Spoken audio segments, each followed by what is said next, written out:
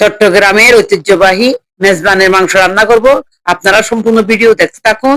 এভাবে রান্না করলে খেতে অসাধারণ হয়। খুব সহজে আপনারা এভাবে বানিয়ে নিতে পারবেন। 4 কেজি গরুর মাংস নিয়েছি, ফেসা, কলিজা, হাড় সহ এভাবে সাইজ করে কেটে ধুয়ে পরিষ্কার করে নিয়েছি। যে পাতিলে রান্না করব সেখানে মাংসগুলো আমি ঢেলে দিচ্ছি। 4 টুকরা ডালচিনি, জয়ত্রী 2 টুকরা, একটা জয়ফল, 3টা স্টার, কালো এলাচ 4টা, লবঙ্গ 1 চা চামচ, গোলমরিচ 1 চা চামচ, 10-12টা এলাচ সব একসাথে ব্লেন্ডার জারে পেস্ট করে নিব।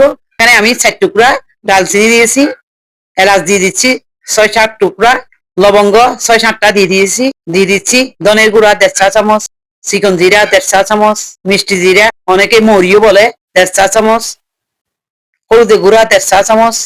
এখানে আমি হাটাজারির লাল মরিচ নিয়েছি, এরকম চিলি ফ্লেক্স এভাবে বানিয়ে নিয়েছি। আপনারা চাইলে লাল মরিচের গুঁড়ো দিতে পারেন। এখানে আমি 2 টেবিল চামচ লাল মরিচের গুঁড়া দিয়ে দিচ্ছি। জালটা আপনাদের পছন্দ মতো দিবেন। 4-5টা তেজপাতা ছিঁড়ে দিয়েছি, দিয়ে দিচ্ছি সরিষা বাটা 1 টেবিল চামচ, আদা বাটা 2 টেবিল চামচ, রসুন বাটা 2 টেবিল চামচ, কাঠবাদাম, চীনাবাদাম একসাথে আমি বেটে দিয়ে দিচ্ছি 2 টেবিল চামচ, নারকেল বাটা 2 টেবিল চামচ, পেঁয়াজ 1.5 কাপ দিচ্ছি, পরিমাণ মতো লবণ দিয়েছি।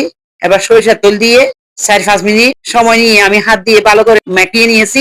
এবার হাত ধোয়া পানিটা দিয়ে দিচ্ছি।